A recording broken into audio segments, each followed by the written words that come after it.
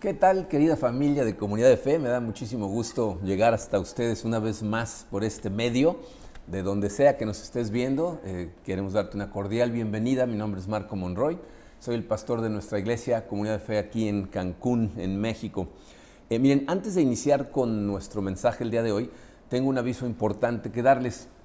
Vamos a regresar a tener nuestros servicios presenciales a partir del domingo de la semana que entra. Entonces, el domingo 5 de septiembre vamos a tener nuestros dos servicios normales, 10:30 y 12:30. Como les decía la semana pasada, ya no tenemos la carpa que teníamos afuera, que es donde se reunían nuestros jóvenes. Y entonces pues vamos a tener una situación especial que vamos a invitar a nuestro pastor ejecutivo y pastor de jóvenes, Emilio Brito, para que les explique qué es lo que vamos a hacer con nuestros jóvenes. Aquí está Emilio. Muy buenos días, querida iglesia. Soy Emilio Brito, el pastor de jóvenes y pastor ejecutivo de Comunidad de Fe. Estoy muy contento de poderles dar este anuncio. Próximamente vamos a podernos reunir nuevamente con nuestros jóvenes a quienes amamos profundamente. Sin embargo, vamos a tener que hacer 2 días diferentes para cada servicio. Les explico. El jueves 2 de septiembre vamos a tener un servicio especial solamente para preparatoria, en punto de las 6:30 de la tarde en el salón principal. Y el domingo 5 de septiembre tendremos 2 servicios para secundaria, 10:30 y 12:30 en el salón de jóvenes. Así que animen a sus jóvenes padres, necesitamos que nos apoyen, que los impulsen, que los lleven y que los motiven a congregarse dentro de la iglesia. Es una oportunidad única donde vamos a poder estar divididos por fin en 2 diferentes días para enfocarnos en las necesidades específicas de cada rango de edad. Así que nos vemos muy pronto. También aprovecho para comentarles que nuestros grupos pequeños dentro de jóvenes siguen en los mismos horarios, los mismos días. ¿Ok? Así que nos vemos muy pronto y los dejo en manos de nuestro pastor principal, Marco Monroy, quien tiene una noticia espectacular que darles. Que tengan buen día. Muy bien. Miren, esta situación que acaba de explicarles Emilio es algo temporal. O sea, el servicio del jueves en la noche para los jóvenes de preparatoria es temporal, en lo que llevamos a cabo un plan que ya teníamos planeado desde antes de la pandemia.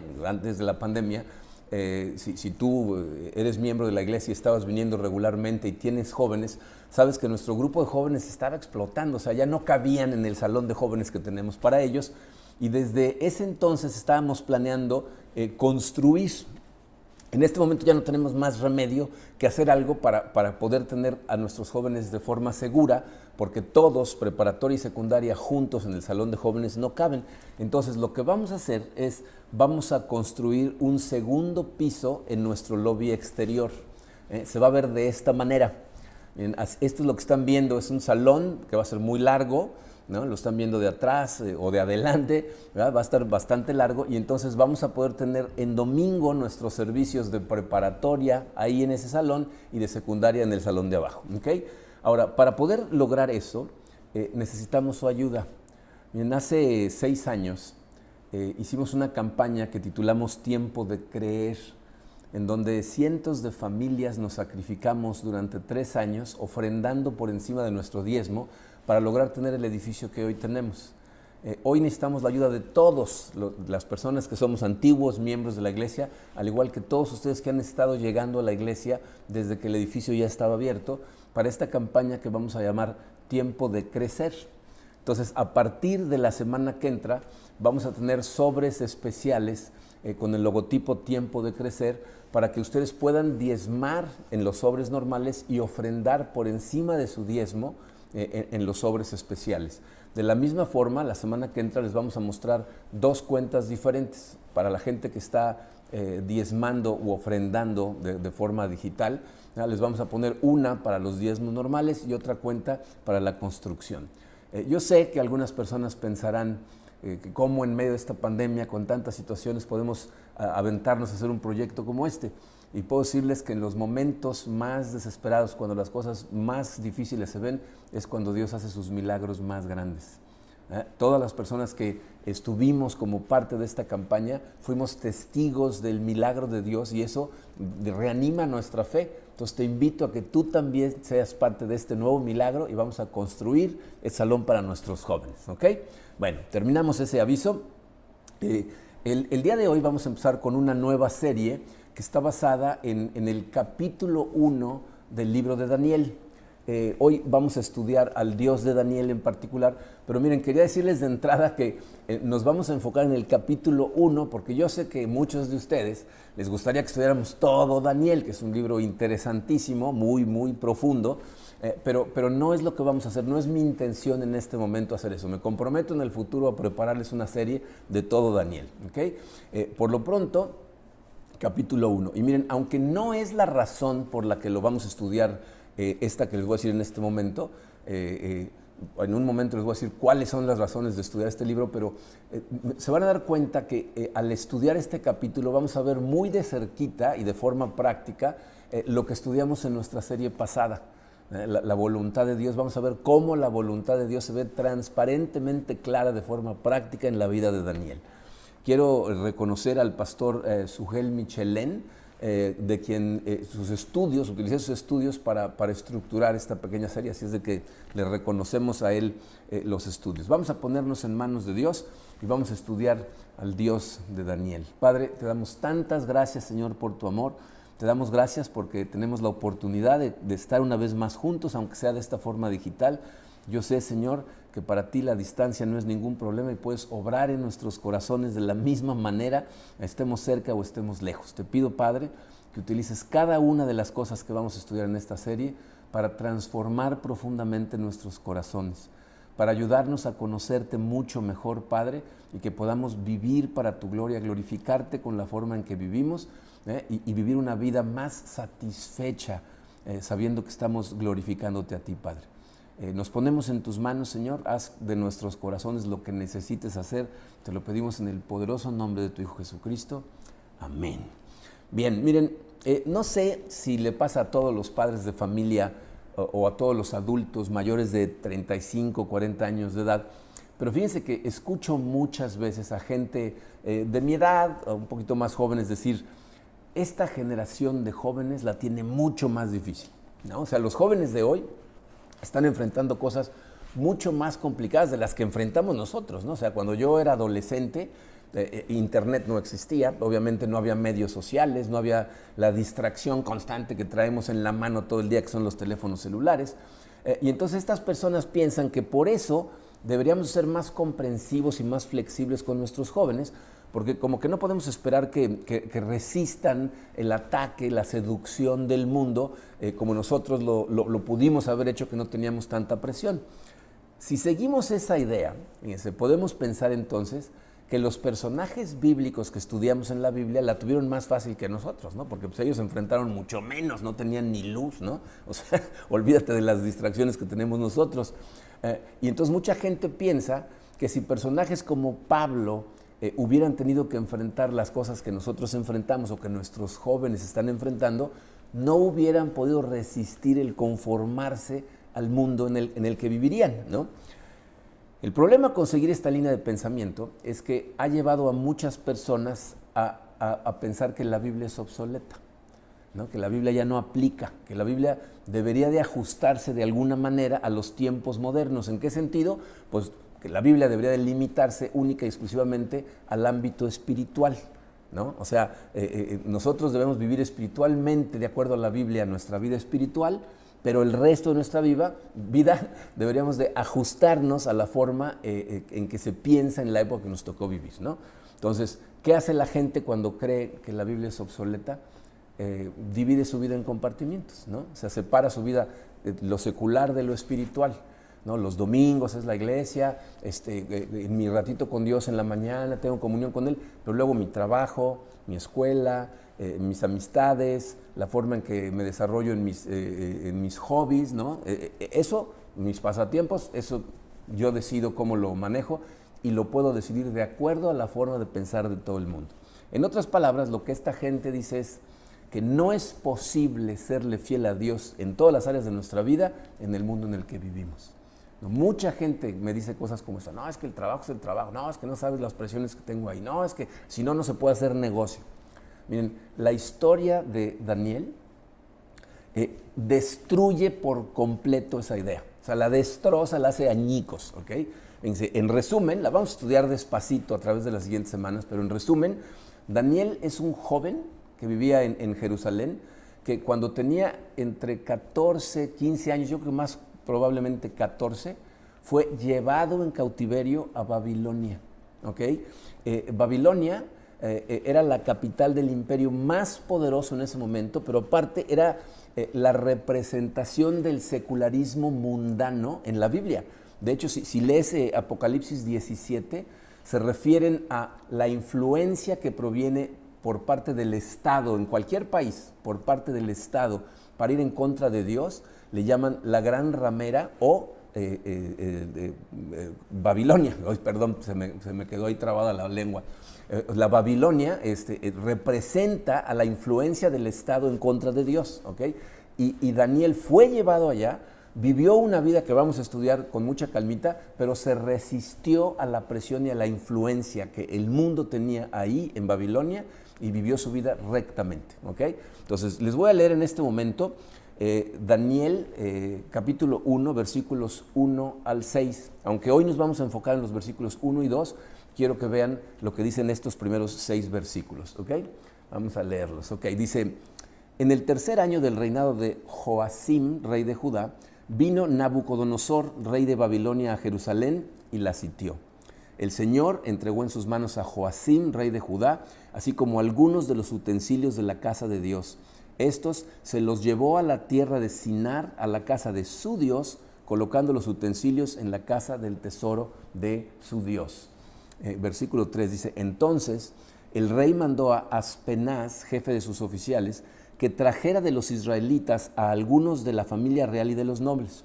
Estos jóvenes no debían tener defecto alguno, serían de buen parecer, inteligentes en toda rama del saber, dotados del entendimiento y habilidad para discernir y que tuvieran la capacidad para servir en el palacio del rey. Y le dio órdenes de que les enseñara la escritura y la lengua de los caldeos. Versículo 5. El rey les asignó una ración diaria de los manjares del rey y del vino que él bebía, y mandó que los educaran por 3 años, después de los cuales entrarían al servicio del rey, y entre estos estaban Daniel, Ananías, Misael y Azarías, de los hijos de Judá. ¿Quién fue Daniel y por qué deberíamos estudiar algo acerca de su vida? Fíjense, estos sucesos que leemos en estos pasajes sucedieron más o menos hace 2600 años. Entonces tú te puedes preguntar, bueno, ¿y en qué nos concierne a nosotros la vida de Daniel? Miren, vamos a estudiar el día de hoy algunos aspectos que nos van a ayudar a entender mejor la historia, pero sobre todo a interpretar mejor el contenido de este capítulo del libro. Vamos a enfocarnos en 3 cosas el día de hoy. Vamos a estudiar el contexto histórico, vamos a ver cuál es el tema básico y el propósito del libro, y vamos a ver las razones por las que debemos estudiar este capítulo. Entonces vamos a empezar con el contexto histórico del libro de Daniel. Lo primero que hace Daniel, si se fijaron, es ubicar su historia en el tiempo. Miren, una de las razones por las que C.S. Lewis se convirtió al cristianismo, él era un catedrático de literatura. Cuando leyó la Biblia se dio cuenta de que la Biblia no se lee como un cuento, como una leyenda, como una historia, esas que era así una vez, ¿no? Todo vago, sino que da datos exactos. Y fíjense cómo ubica Daniel su historia en el tiempo. Dice: en el tercer año del reinado de Joacim, rey de Judá, vino Nabucodonosor, rey de Babilonia, a Jerusalén y la sitió, ¿no? Entonces, con exactitud nos está hablando aquí de 2 reyes y de 2 reinos diferentes. Joacim, rey de Judá; Nabucodonosor, rey de Babilonia, que llegó a sitiar Jerusalén. Bien, yo no sé si alguna vez han visto películas en donde el director nos está contando una historia que concierne a 2 entidades separadas, a lo mejor 2 países o 2 personas o 2 familias, pero que muchas cosas pasan en sus vidas y de repente esas vidas se cruzan, ¿no? Y entonces nos van mostrando en la película un rato de la vida de uno, un rato de la vida del otro, para que vayamos entendiendo cómo llegan a encontrarse, qué está pasando por sus cabezas o qué es lo que los llevó a las circunstancias en las que estaban cuando se encontraron. Bueno, aquí vamos a tener que hacer lo mismo para poder entender el contexto de lo que está pasando en los versículos 1 y 2. Son 2 historias que se van a cruzar. La primera historia es la historia del pueblo de Daniel, el pueblo de Israel. Es una historia que tú ya deberías de conocer. La voy a resumir rápidamente, pero creo que esto es algo que todos deberíamos de por lo menos entender muy claramente. El pueblo de Israel empezó, que es la gente de Dios, empezó cuando Dios llamó a un hombre llamado Abraham a dejar la tierra de sus padres y empezar a caminar hacia una tierra que él le iba a mostrar. Entonces Abraham obedece y entonces Dios hace un pacto con él, le hace una promesa y le dice, yo voy a hacer de ti una gran nación y a través de ti voy a bendecir a todas las familias de la tierra. ¿Okay? Entonces Abraham tiene a un hijo que se llama Isaac. Isaac tiene a 2 hijos, uno de ellos se llama Jacob, y Jacob tiene a 12 hijos que en el futuro van a representar a las 12 tribus de Israel. ¿Okay? La familia de Jacob con sus 12 hijos viven en Canaán y por circunstancias que no tenemos tiempo de discutir, terminan en Egipto, en donde después de vivir un rato muy bien, cuando muere la generación de José, quedan esclavizados por casi 400 años.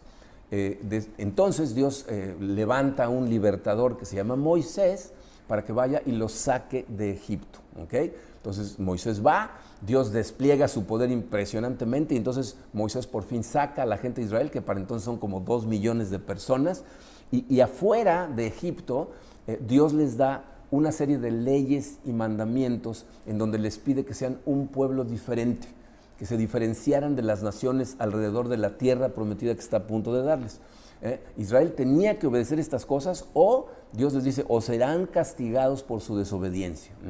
Después de 40 años en el desierto por tercos, por rebeldes, entran a la tierra prometida dirigidos por Josué, ¿no? Y las advertencias a esas desobediencias se siguen dando a través de muchos años. Aquí les puse una que es Jeremías 25, versículos 5 y 6, en donde fíjense cómo nos dice Jeremías, todas las veces el mensaje fue, o sea, como diciendo, todo el tiempo el mensaje es el mismo, dice, apártense de su mal camino y de sus malas acciones, solo entonces los dejaré vivir en esta tierra que el Señor les dio a ustedes y a sus antepasados para siempre. No provoquen mi enojo al rendir culto a ídolos que ustedes hicieron con sus propias manos, entonces no les haré ningún daño. ¿Okay? Entonces Israel entra a la tierra prometida, se establece en ella, Josué divide toda la tierra entre las 12 tribus y después de la muerte de Josué viene una época en la vida del pueblo de Israel que se conoce como la época de los jueces, en donde no había rey porque Dios quería que lo vieran a él como a su rey y los jueces para impartir justicia. Pero lo que hace el pueblo se aleja totalmente de Dios. Es una etapa caótica, complicada, llena de desobediencia, de apostasía. O sea, se alejan de Dios totalmente. Después de eso, esta gente lo que hace es decirle a Dios, pues es que lo que necesitamos es un rey. Le piden un rey a Dios y Dios los complace. Y primero ponen al rey Saúl, que es un pésimo rey, y después viene el rey David.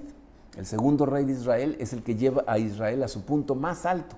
En ese momento Israel es una superpotencia, ¿ok? Pero después de David viene su hijo Salomón que sube al trono. Salomón empieza su reinado muy bien, pero lo termina terriblemente mal, en una apostasía, o sea, alejándose de los mandamientos de Dios totalmente. Se casa con tantas mujeres que son de otras naciones y adopta a sus dioses. Entonces eso contamina totalmente a su hijo Roboam, que sube al trono. Y entonces es todavía peor, ¿no? Ofende a Dios con todo lo que hace. Aparte, fíjense, la gente de Israel le piden que baje los impuestos, está pidiendo muy altos impuestos. Y este insensato, en lugar de bajar los impuestos, los sube. Y entonces 10 de las tribus de Israel se separan de la unión, ¿ok? El reino se divide entre el reino del norte, con su capital en Samaria, y el reino del sur, con nada más las tribus de Judá y Benjamín, y la capital del reino del sur es Jerusalén. El reino del norte, conocido como Israel, fue gobernado por diferentes dinastías. O sea, están tomando el poder diferentes familias constantemente, pero ninguna de ellas produce a un rey que es fiel a Dios.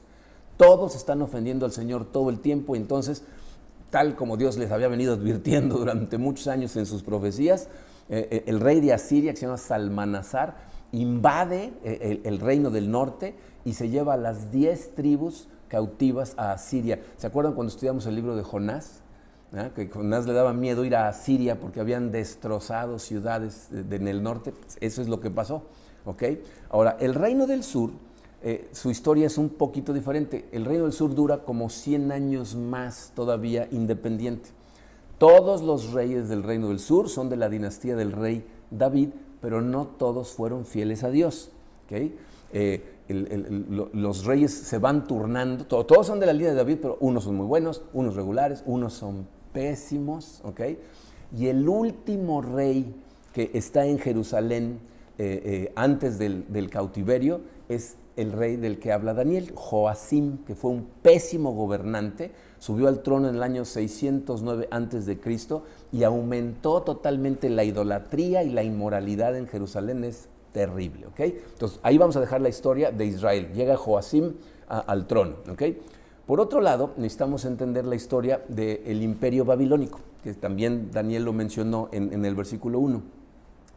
El imperio babilónico inició su etapa de más esplendor en el año 626 a.C., cuando varias cosas suceden. Fíjense, en ese momento, cuando Joacim sube al trono, Asiria es la potencia más poderosa de aquella época. Ellos viven bajo el reino de un señor que se llama Asurbanipal. Los asirios son superpoderosos. En 627 a.C., Asurbanipal tiene control sobre el Medio Oriente, ¿ok? Asurbanipal tiene a un rey en Babilonia que es un rey títere, ¿ok? O sea, él lo pone y ese señor hace exactamente lo que Asurbanipal le dice, ¿ok? Pero de pronto, en el año 627, Asurbanipal se muere y entonces sube en Babilonia un señor que se llama Nabopolassar, que era el padre de Nabucodonosor. Nabopolassar, cuando muere el rey de Asiria, empieza a hacer una bola de cosas ahí en Babilonia, surge una rebelión y toma el poder de Babilonia Nabopolassar, ¿ok? Bueno, Nabopolassar tiene una serie de campañas militares muy exitosas contra Asiria y entonces empieza a subir el prestigio de Babilonia. Para el año 612 a.C., Babilonia llega a la supremacía del poder en el Oriente Medio. ¿Okay? Entonces Egipto, que era la tercera potencia ahí en el Medio Oriente, va a tratar de detenerlos. Y para tratar de detenerlos se alía con Asiria, o sea, se juntan y entonces se levantan en contra de Babilonia. Y entonces se da una de las batallas más importantes de la historia antigua, que es la batalla de Carquemis, que sucede en el año 605 a.C., ¿okay? ¿Y quién creen que va como general comandando el ejército de Babilonia? Nabucodonosor, que es hijo de Nabopolassar, ¿ok? Entonces Nabucodonosor, comandante del ejército, llega y tiene una victoria aplastante contra Egipto y Asiria unidos, y entonces casi toda Asiria es incorporada a Babilonia. Entonces, en ese momento, en el año 605 a.C., Babilonia queda a la cabeza del poder mundial y no tiene un rival que se le ponga enfrente. Pero sucede que, fíjense, justo en ese momento cuando Nabucodonosor triunfa en la batalla de Carquemis, su padre se muere, Nabopolassar fallece. Y entonces Nabucodonosor, aunque todavía no está él en Babilonia, sube a ser el rey. Y en ese momento es que las dos historias se van a cruzar, porque cuando va Nabucodonosor en su regreso a Babilonia, se detiene y sitia Jerusalén. Vemos de nuevo el versículo 1, dice: en el tercer año del reinado de Joacim, rey de Judá, vino Nabucodonosor, rey de Babilonia, a Jerusalén y la sitió, ¿no? Ese es el contexto histórico, ¿no? La desobediencia de Israel y la terquedad de Joacim los llevan a la situación en la que están. Y por otro lado, Nabucodonosor, sin saberlo, se va a convertir en una herramienta en manos de Dios. Entonces vamos a ver la segunda parte de nuestro mensaje, que es el tema y propósito del libro de Daniel. Vamos a ver primero el tema de Daniel. Miren, el libro de Daniel es un libro muy complicado, pero el tema central es muy sencillo. Fíjense, este es el tema central: la soberanía de Dios sobre el reino de los hombres. Ese es el tema central, ¿no? Como Dios es soberano sobre todo lo que pasa en la historia de los hombres. Fíjense una vez más en lo que dice el versículo 2. Dice: el Señor entregó en sus manos a Joacim, rey de Judá, así como algunos de los utensilios de la casa de Dios. Estos se los llevó a la tierra de Sinar, a la casa de su Dios, colocando los utensilios en la casa del tesoro de su Dios. Esto es importante, ahorita van a ver por qué. Pero quiero que noten cuál es la perspectiva teológica de Daniel cuando narra estos hechos. Lo que está diciendo es: la caída de Jerusalén no sucedió simplemente porque el ejército de Nabucodonosor era más poderoso, ¿no? Sucedió porque Dios mismo entregó a Joacim en manos de Nabucodonosor. Ese es el tema central de este libro. Dios es el Señor soberano de la historia. Él es el Señor. Y aquí, fíjense, podemos ver cómo la voluntad de Dios en forma de decreto no puede ser frustrada. Esto sucedió porque Dios lo decretó. Se los había advertido montones de veces a través de sus profetas. De hecho, fíjense, si vamos a al segundo libro de Reyes, en el capítulo 24, versículos 1 y 2, dice: durante el reinado de Joacim, Nabucodonosor, rey de Babilonia, invadió la tierra de Judá. Joacim se rindió y le pagó tributo durante 3 años, pero después se rebeló. Entonces el Señor mandó contra Judá bandas de saqueadores babilonios, arameos, moabitas y amonitas a fin de destruirla, tal como el Señor lo había prometido por medio de sus profetas. Fíjense, lo que nos acaban de describir en este pasaje es que Nabucodonosor se llevó a Daniel y a sus amigos en un primer exilio a un grupo pequeño de gente y dejó a Joacim como rey, sometido a él. Pero 3 años después, este menso se rebela contra el poder de Nabucodonosor y entonces vienen, invaden, destruyen y se llevan a todo el mundo. ¿Ok? Entonces, aquí vemos cómo Dios es un Dios justo que no trata con ligereza el pecado, aunque sea el pecado de su gente. Y miren, a lo mejor te puede escandalizar cuando lees que fue Dios mismo el que ordenó estas cosas. Pero fíjense, como dice Warren Wiersbe en su comentario a este capítulo, dice: Dios prefiere tener a su gente viviendo en vergüenza, cautivos en un país pagano, que viviendo como paganos en Tierra Santa deshonrando su nombre. ¿Okay? Dios no va a permitir que estemos deshonrando su nombre, se los estuvo advirtiendo por siglos y entonces cumple su promesa. Nabucodonosor se convierte en un instrumento de Dios para castigar a su pueblo, aunque les puedo asegurar una cosa: Nabucodonosor no se veía a sí mismo como un siervo de Dios. De hecho, leímos en este pasaje, en el pasaje anterior, en el versículo 2, que él se lleva los utensilios y los mete al tesoro de su Dios. Entonces, él no se ve a sí mismo como siervo de Dios, pero es un siervo de Dios. De hecho, quiero que vean lo que dice Dios al pueblo de Israel años antes de que pasaran estas cosas a través del profeta Jeremías. Fíjense en esto. Dice: por cuanto no han escuchado mis palabras, he aquí, yo enviaré a tomar a todas las gentes del norte, o sea, Babilonia y todo lo que está por ahí arriba, y a Nabucodonosor, rey de Babilonia, mi siervo, y los traeré contra esta tierra y contra sus habitantes y contra todas las naciones de alrededor, dice el Señor. Toda esta tierra será convertida en desolación y espanto, y estas naciones servirán al rey de Babilonia durante 70 años. Aquí Dios hace referencia al rey de Babilonia por nombre y le dice: mi siervo. Cuando esta profecía se escribió, Nabucodonosor todavía no había subido al trono. Y Dios le llama mi siervo. Y noten que el tiempo de duración fue decretado por Dios, dice 70 años. Y a los 70 años, tal y como Jeremías había profetizado, el gran imperio babilónico que parecía indestructible cae en manos del imperio medo-persa y es destrozado para siempre. ¿Ok? Entonces, la gente es llevada cautiva a Babilonia en ese momento y ese cautiverio inició una nueva etapa en la historia de Israel. Dice, el exilio pone fin al Israel como nación teocrática independiente. Aun cuando 70 años después les permiten regresar a su tierra y reconstruyen el templo, Israel jamás volvió a ser la misma. Pero esto lo que nos muestra es que la historia del mundo está en las manos de Dios. ¿Okay? Dios es quien decide sobre todo lo que pasa en esta tierra. Miren, Daniel mismo más adelante en el capítulo 4 nos dice en el versículo 17: los santos mensajeros han anunciado la decisión, es decir, el veredicto, para que todos los vivientes reconozcan que el Dios Altísimo es el soberano de todos los reinos humanos y que se los entrega a quien Él quiere y hasta pone sobre ellos al más humilde de los hombres.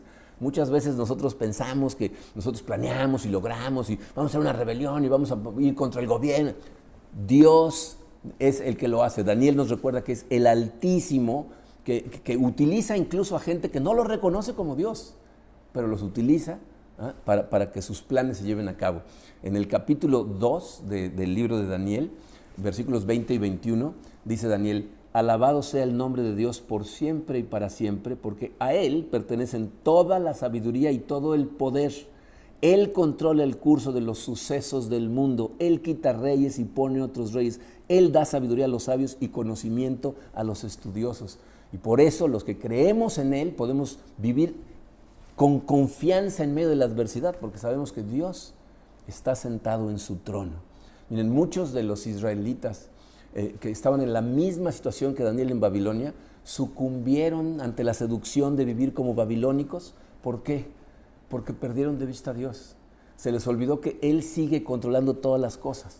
Daniel y sus amigos nunca dudaron de que Dios estaba en control. Aun cuando se enfrentaron con la muerte, nunca lo dudaron. Ellos sabían que seguía con ellos allí en Babilonia y por eso ellos siguieron fieles a Él, como lo vamos a ver en otros mensajes. Pero esto nos lleva al propósito. O sea, el tema es la soberanía de Dios sobre la historia del mundo. ¿Cuál es el propósito del libro?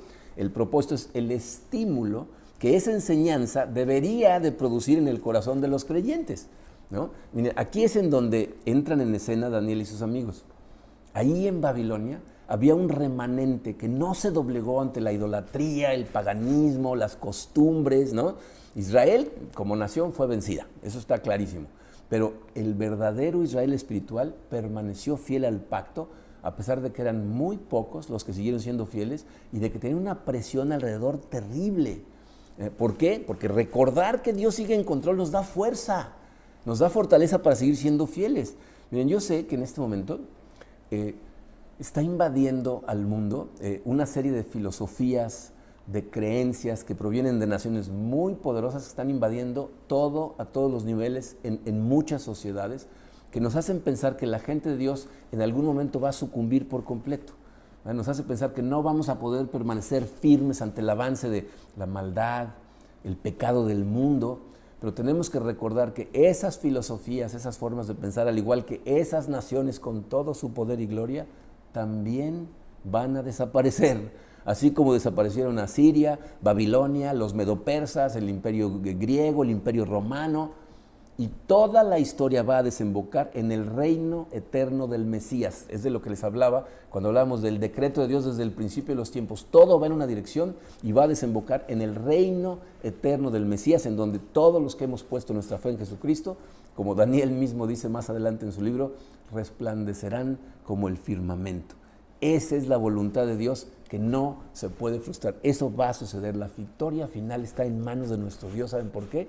Porque como dice Daniel, Él tiene el poder en sus manos. Él hace lo que Él quiere. Sin embargo, necesitamos reconocer que mantenernos fieles, ¿no?, como creyentes, nunca ha sido fácil. O sea, no pienses que porque ellos tenían una situación diferente, para ellos era más fácil porque estamos en tiempos más modernos. O sea, las prácticas que tenía la gente en Egipto, que es de donde salió el pueblo de Israel, las prácticas que seguía la gente en Canaán, que es a donde llegaron, las prácticas de la gente en Babilonia, que es a donde los llevaron cautivos, no eran muy diferentes de la que pasa en montones de ciudades en este momento, alrededor del mundo. Pero aún, sin importar en dónde vivas, aquí en Cancún tenemos unas presiones terribles del mundo, sin importar en dónde vivas, Dios espera que seas fiel. Eso es lo que Daniel y sus amigos hicieron, se guardaron en pureza, se guardaron en santidad, y ¿sabes qué hicieron? Dieron testimonio del Dios al cual servían. Lo cual nos lleva a la última parte de nuestro mensaje, las razones por las que estudiamos a Daniel. Miren, es muy interesante, si lees el libro de Daniel te vas a dar cuenta que Daniel tuvo contacto con 4 reyes a través de su vida, ¿no? Nabucodonosor, luego su hijo Belsasar, luego llegaron los medopersas con Darío y después Ciro, y los 4 tuvieron que reconocer la grandeza del Dios de Daniel. De hecho, en el capítulo 3, Nabucodonosor, después de regresar en sí, se levanta y alaba al Dios de Daniel. A Belsasar, de repente le empiezan a escribir cosas en la pared cuando utiliza los utensilios que se llevó Nabucodonosor del templo. O sea, todos terminan por reconocer la grandeza de este Dios.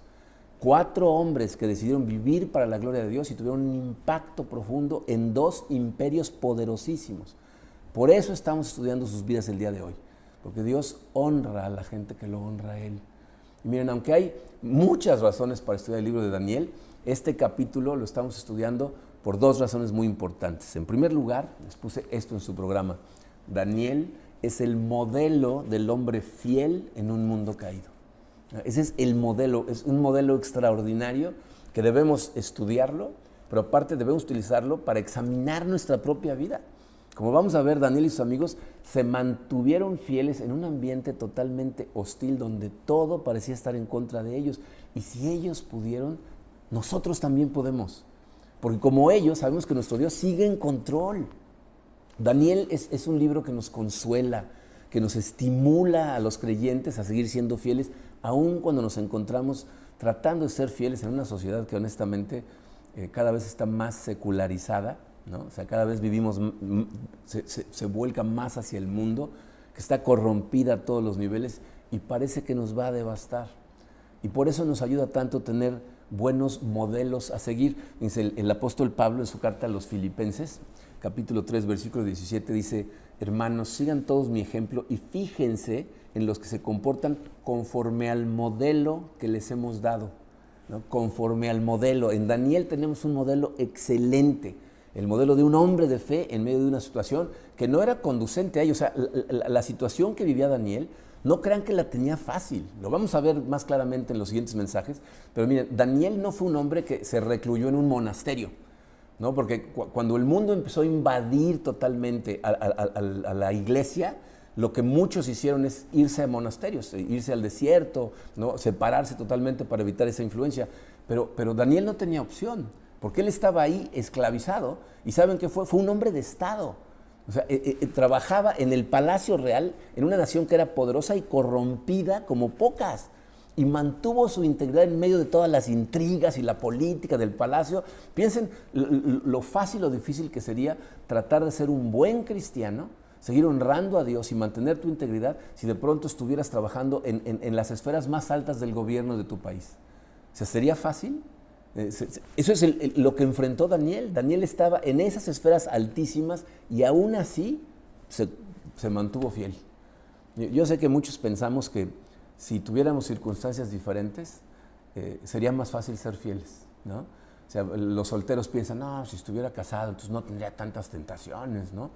Y los que están casados, ¿cuál es la excusa? ¿No? Porque pues siguen las mismas tentaciones, ¿no? Los que trabajan en una línea de trabajo piensan, no, si tuviera un trabajo de oficina, ¿no? Los esposos, que su esposa se quede en su casa cuidando a los hijos y la casa, dicen, no, mi esposa la tiene más fácil porque si yo tengo que venir y lidiar. Tienes que reconocer, todos los seres humanos tenemos una Babilonia particular. O sea, lo que el libro de Daniel nos muestra es que ser fiel a Dios jamás ha dependido de que las cosas sean fáciles. Porque en donde estés tienes tu Babilonia particular, en donde enfrentas tentaciones, enfrentas presiones. Y Daniel nos va a mostrar, en las siguientes semanas, que sí se puede.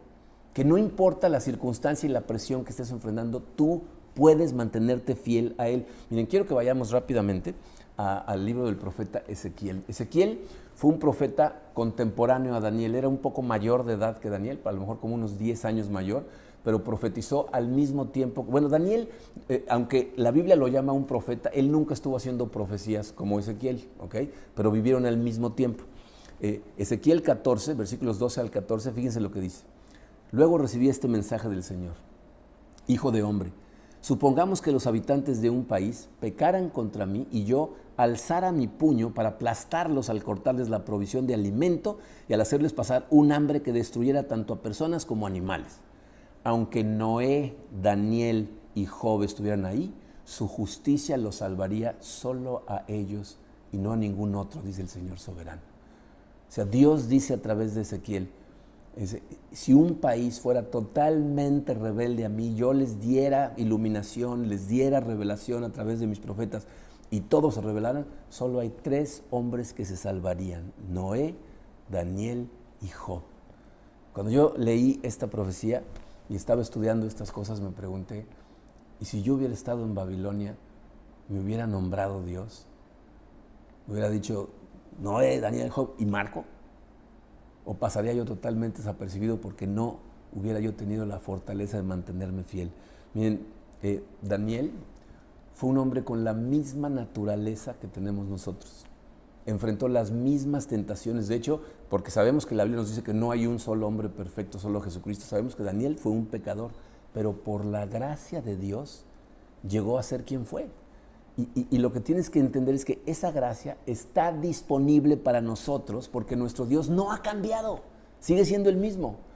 Entonces estudiamos a Daniel porque él es el modelo de una persona que en medio de circunstancias muy complicadas se mantuvo fiel. Pero aparte, número 2, porque Daniel es un ejemplo para todos los creyentes sin importar su edad, ¿no? A lo mejor alguno de ustedes adultos que está escuchando este mensaje dicen, ay sí, Daniel, 14 años, se mantuvo fiel, ojalá y mis hijos y ojalá y los jóvenes de la iglesia estén escuchando este mensaje. Miren, Daniel llegó a Babilonia de 14 años de edad, pero cuando termina el libro, Daniel tiene cerca de 90 años de edad y permaneció con la misma fidelidad toda su vida, y de hecho algunas de las presiones más fuertes que recibió, las recibió siendo bastante mayor. ¿Okay? Entonces, todos, sin importar qué edad tengas, tenemos algo que aprender de Daniel. Miren, quiero que vean algo muy interesante. ¿Saben por qué Daniel y sus amigos pudieron mantenerse firmes, manteniéndose fieles a Dios, aún con todas las presiones que estaban recibiendo? Porque conocían a su Dios. En Daniel capítulo 11, el libro de Daniel puede ser dividido en 2 partes, ¿no? Los primeros 6 capítulos son autobiográficos, y los últimos 6, es decir, del capítulo 7 al 12, son profecías profundísimas. En el capítulo 11, Daniel está profetizando cómo, influenciados por el enemigo, va a empezar a bajar del norte, influencia que va a empezar a seducir a toda la gente de Dios, ¿ok?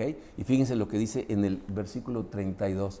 Dice, capturará con adulaciones a quienes desobedecen el pacto. Sin embargo, el pueblo que conoce a su Dios se mantendrá fuerte y lo resistirá. Ahí Daniel nos está dando la clave de la fortaleza que tuvieron él y sus amigos para mantenerse firmes. Esto es lo que hace la diferencia entre una fe fuerte, una fe activa, una fe resistente, contra una fe débil, mediocre y pasiva. Es el conocimiento experimental que tenemos de Dios, que es de lo que estuvimos hablando en la serie anterior. ¿Quieres recibir dirección de Dios? ¿Quieres recibir su fortaleza? ¿Quieres recibir su paz? ¿Disfrutar del gozo que te da seguirlo? Necesitas conocerlo personalmente.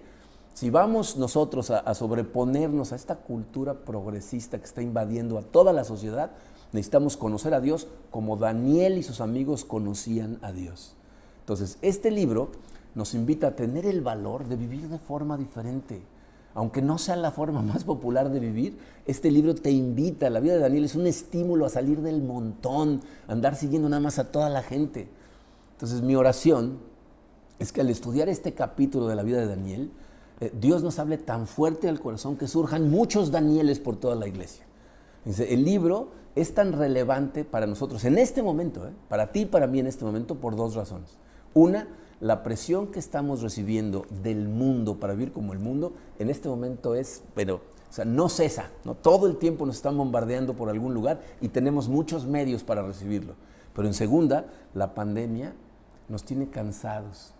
Y cuando la gente se cansa emocionalmente, no nada más físicamente, sino espiritualmente, entonces se vuelve débil a las tentaciones y es posible que sea seducida por el mundo.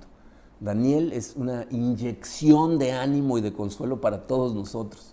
Pero la gran lección del libro de Daniel es que el Dios de Daniel, que es como titulé este mensaje, merece nuestro amor, merece nuestra adoración, merece nuestra confianza.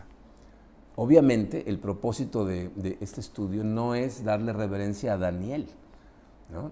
O sea, en ningún caso jamás vamos a reverenciar a seres humanos. El propósito es que conozcamos a Dios y le sirvamos como le sirvió Daniel. O sea, que entiendas que el Dios de Daniel puede ser tu Dios a través de su Hijo Jesucristo. Miren, Daniel era un pecador tal como tú, como yo, pero él puso su fe en Dios y puso su fe en la promesa del Salvador que un día iba a venir a redimirlo. Tú y yo estamos en una mucho mejor posición porque no necesitamos poner nuestra fe en una promesa, la ponemos en la cruz que cumplió esa promesa. Jesús estuvo dispuesto a morir en una cruz para pagar la deuda que teníamos todos nosotros y restaurar nuestra relación con Dios. Entonces, este libro, fíjense, fue escrito para que tú y yo sepamos que Dios es uno y para que pongas tu fe en Él. Y Jesucristo vivió, murió y resucitó para que tú sepas que Él es el Salvador del mundo y esa salvación está disponible para ti en este momento. ¿Okay? En este momento. Si tú pones tu fe en Jesucristo, No solamente vas a gozar de acceso a Dios, es decir, de recibir dirección, poder, fortaleza, como gozo, como Daniel y sus amigos. Estas son las cosas que los sostuvieron hasta el final en medio de dificultades extremas. Pero aparte de eso, también habrás entrado a la vida eterna. Habrás entrado a ser parte de la familia del Dios del universo. Entonces yo le pido a Dios con todo mi corazón que estos estudios los utilice para la salvación de muchos, pero también para el fortalecimiento de la fe de muchos, muchos más. Le pido que nos permita ser transformados nuestros corazones para que de nuestra iglesia surjan muchos Danieles y tengamos un impacto positivo y profundo en esta generación. ¿Okay? Vamos a orar. Padre, te damos tantas gracias, Señor, por tu amor. Gracias por las palabras que dejaste plasmadas en el libro del profeta Daniel. Sé, Señor, que todos los que estamos escuchando estas palabras estamos viviendo situaciones complejas, situaciones extremas, unos más dolorosas que otras, pero todos estamos en situaciones complicadas, Padre. Pero aquí podemos aprender de tu siervo Daniel, que ser fiel a ti, Señor, nunca ha dependido de que las cosas sean fáciles, de que no tengamos problemas, sino depende de nuestra comunión contigo, de la fidelidad que tenemos, que es producida por la relación que tenemos contigo. Te pido, Señor, que nos abras los ojos durante los estudios que vamos a tener de tu hijo Daniel y que transformes nuestro corazón para que tengamos la misma fortaleza que él y podamos ser fieles a ti y glorificarte en todo lo que hacemos. Te damos gracias por tu amor, Señor, en el poderoso nombre de tu Hijo Jesucristo. Amén. Muy bien, pues eso es todo por el día de hoy. Los dejo con nuestras cuentas, las que tenemos en este momento. Estas son cuentas para diezmos. La semana que entra, como les dije al principio, vamos a tener una cuenta especial específicamente para la construcción, ¿ok? Y de la misma manera tenemos nuestro código QR que a través de él puedes ir directo a la parte de nuestra página de internet en donde tenemos la información de todas nuestras cuentas, pero aparte donde puedes hacer ofrendas de forma electrónica a través de PayPal, ¿ok? Espero que Dios nos anime muchísimo con estos mensajes, que transformen nuestros corazones y que estemos listos para enfrentar a este mundo que está tratando de comerse a la iglesia, pero no va a poder porque Dios ya decretó que el triunfo es de Él y para sus hijos. Así es de que con fortaleza vamos a empezar esta semana. Los queremos con todo el corazón, que Dios los bendiga y me los traiga sanos y salvos la semana que entra, en donde nos veremos, si Dios lo permite, en el edificio de nuestra iglesia. Que tengan buen domingo.